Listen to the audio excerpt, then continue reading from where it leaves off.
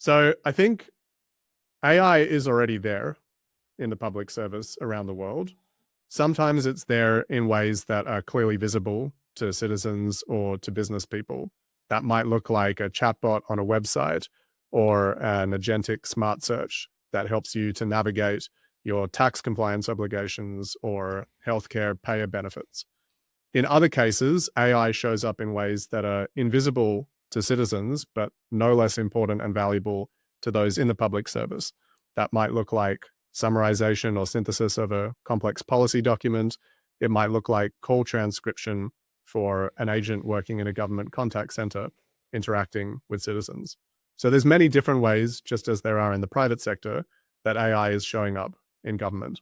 Yeah, I think what we're hoping to see, though, is more of the citizen-facing and direct engagement, where it could really help improve and make it easier for citizens to navigate sometimes the complexity of government.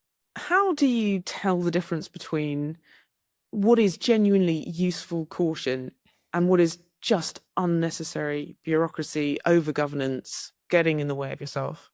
What looks like very onerous and unnecessary governance can later prove to have been essential and vice versa.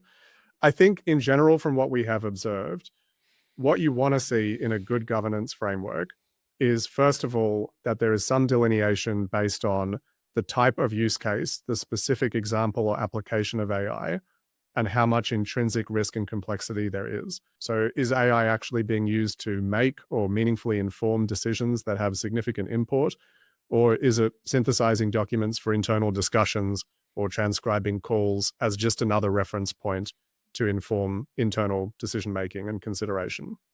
Of course, it's always important and it always needs some kind of governance and oversight, but you would want to see different levels of different levels of onerousness in terms of approval, depending on those factors. How do you get the balance right, though, Miguel? What does, I suppose, the gold standard here look like in an ideal world?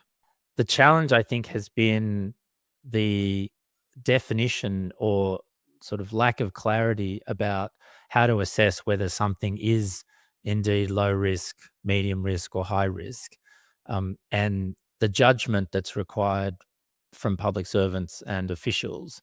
And that guidance hasn't always necessarily been very clear. We heard of a very good example in the New South Wales government, which recently took its risk triage tool, which required sort of very specialized expertise and a lot of data and evidence, and took sort of more than 40 hours on average to complete.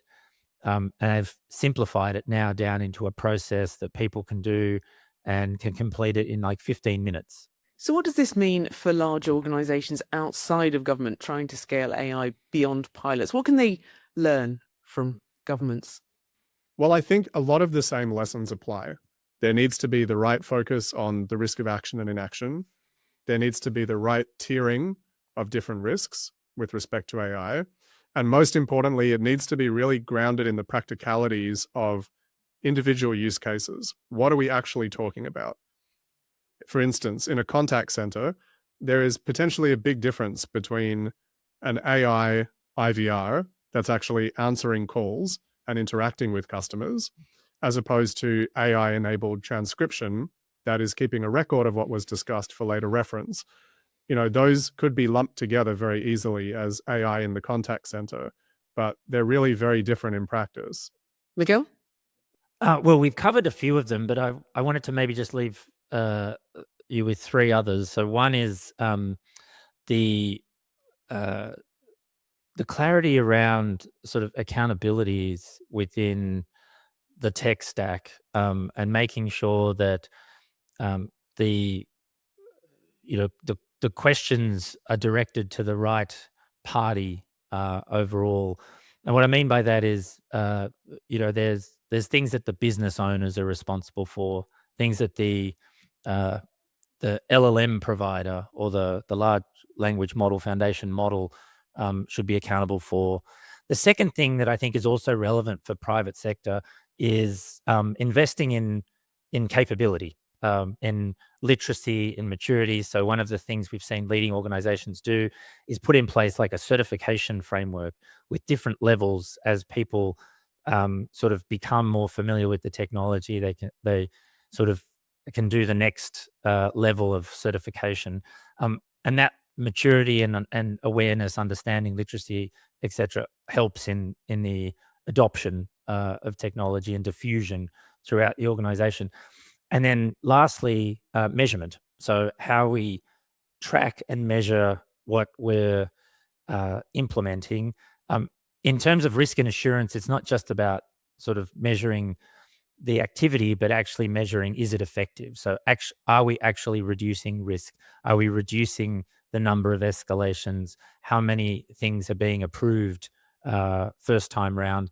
And then on the benefits side, are we actually adopting the solutions? Are people using them? Are we getting the benefits? Are we saving money? Are we saving time?